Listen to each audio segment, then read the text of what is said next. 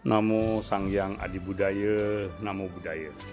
Hari ini adalah hari kedua dari Tour of Taiwan.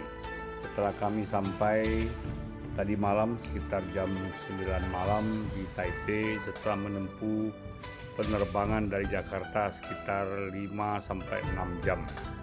Dan pagi hari ini kami menikmati makan pagi di hotel, menginapnya di Hotel Cham Cham. Tapi makannya ini adalah di Hotel Kaisar Park. Kelihatannya pemilik hotel ini sama dan manajemennya juga sama, sehingga kami menginapnya di Hotel Cham Cham di belakang sana, dan di depan sininya ada Hotel Kaisar Park. Dan setelah makan pagi kami bersiap-siap untuk melakukan tour di hari kedua di Taiwan ini, yaitu hari Jumat tanggal 21 Februari tahun 2025. Tadi pagi sudah disampaikan bahwa ada 2 destinasi wisata yang akan dikunjungi pada hari kedua di Taiwan ini, yaitu pertama sebuah desa yang bernama Sifen 10.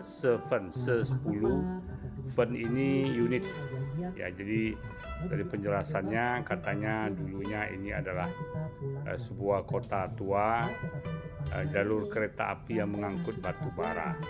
Pada waktu itu hanya ada 10 rumah kecil, unit rumah yang di desa ini. Itulah maka disebut sebagai Seven Old Street dalam bahasa Inggris, yaitu jalan tua di Seven ini sebenarnya ada beberapa tempat wisata, yaitu ada air terjun yang mirip dengan air terjun Niagara, dan kemudian desa Seven ini yang terkenal dengan tradisi menerbangkan lampion doa, atau disebut juga lampion langit. Ada juga yang menyebut sebagai lampion atau tenglong kongbeng. Kalau yang pernah belajar sejarah cerita-cerita klasik Tiongkok pasti kenal kongbeng. Kongbeng ini sering juga disebut sebagai Cukat Liang atau Cukeliang. Ini adalah seorang ahli strategi militer yang sangat terkenal di dalam cerita Samkok. Nah, ternyata asal mula lampion yang sering kita terbangkan malam hari yang dipanaskan dengan lilin dan lain sebagainya, bendanya berasal dari strategi perang yang diterapkan oleh kongbeng atau kongbing ini atau Cukeliang ini, yaitu dulu belum ada komunikasi. Ketika untuk memberi sinyal bahwa aman atau musuh datang, mereka malam hari melepaskan lampion ini. Jadi ini termasuk salah satu strategi perang. Dan kemudian tenglong ini juga digunakan untuk sebagai doa, pujian bagi Buddha, dan juga kadang-kadang dituliskan kata-kata mantra, kata-kata pujian bagi Buddha seperti Namo Pensu Setiamo Nipo, Namo Tape Cupu Cunan Kuanse Impusa, dan lain sebagainya. Dan kemudian ada juga yang menuliskan mantra Aum Mane Padme Hum, Namo Amitopo, dan lain sebagainya. Nah, ini kami sudah sampai di Seven Old Street. Ini tulisan Mandarinnya Seven Old Street. Toko-toko yang menjual pernak-pernik, hiasan-hiasan yang semuanya bernafaskan tenglong atau lampion terbang, lampion langit atau lampion udara ini. Nah, ini tempat penjualannya, dan memang dari tur kami masing-masing 2 orang dikasih 1 lampion atau lentera ini, ya, tenglong ini. Kalau ditanya harganya mungkin sekitar 100 NT dolar, ya, New Territory Dollar, yaitu mata uang Taiwan, yang kalau dirupiahkan mungkin sekitar 50 atau 55 ribu rupiah. Nah, di sini adalah jalan kereta api. Kalau dulu kereta api membawa batu bara, tapi sekarang membawa penumpang, termasuk turis-turis yang berlibur ke Seven, ke desa Seven ini. Ya, nah inilah suasananya. Kami diberikan masing-masing satu tenglong, boleh pilih warnanya. Ada merah, ada kuning, ada biru, ada hijau dan lain sebagainya. Ya, jadi katanya ada arti juga. Kalau merah itu kebahagiaan, keselamatan, kedamaian. Kalau kuning itu kekayaan, rezeki, hoki dan lain sebagainya. Jadi kita boleh pilih warnanya, kemudian dikasih sebuah kuas yang biasa digunakan oleh orang Tiongkok untuk menuliskan, tapi kita boleh tulis doa yang kita kehendaki, boleh dalam bahasa Mandarin, bahasa Inggris, ataupun bahasa Indonesia. Nah, inilah ada orang yang sedang menunggu, dan kebetulan lagi pada saat ini turun hujan. Ya, ada yang cukup rinci, tapi ada yang cukup deras. Tetapi anehnya tenglongnya tetap bisa terbang karena bahannya itu bukan dari kertas biasa, kertas khusus, sehingga kena air pun tidak rusak dan tulisannya pun tidak luntur. Nah, setelah kereta api lewat, nah ini kita mulai menerbangkan lampionnya, lentera terbangnya, lentera udaranya, sky lanternnya. Saya memilih warna merah, dan ini kami sudah bersiap-siap. Ya, untuk pemanasannya dia tidak memakai lilin, tetapi kimchua, kertas emas yang diikat ya cukup banyak, kemudian dikasih minyak dan dinyalakan, sehingga api ini memanaskan udara yang ada di dalam tenglong sehingga menjadi ringan dan bisa terbang. Nah, ini kami sudah siap-siap di tengah-tengah rel ini untuk melepaskan lantern, sky lantern ini. Itu ada petugasnya yang memegang di bagian belakang, kemudian bersiap-siap untuk menerbangkannya. Nah, ini ketika mulai diterbangkan. Nah, ini saat sudah terbang, dan ini bisa kita saksikan juga bagaimana proses penerbangannya. Oke, ya betul lagi ya betul. Nah, ini dia putar. How. Doa yang saya tulis tadi itu adalah teman yang sama dengan saya, kemudian mulai diterbangkan. Dan terbangnya tinggi. Tadi menurut penjaga tokonya bisa terbang sampai 15 menit. Dan kemudian ini aman karena di sekitar ini hanya persawahan dan gunung-gunung. Jadi kemungkinan terbakar itu kecil sekali karena di sini rumah jarang. Banyaknya pohon-pohon, kemudian juga ladang, tanaman padi, sawah, dan lain sebagainya.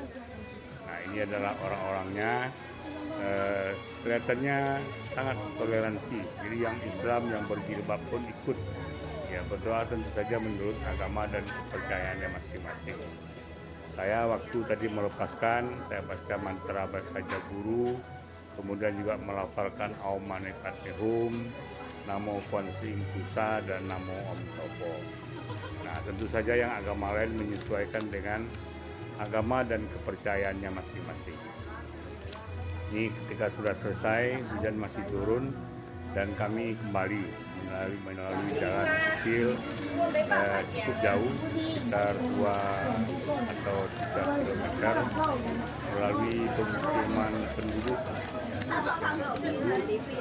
mirip-mirip dengan pasar tanah penghasilan.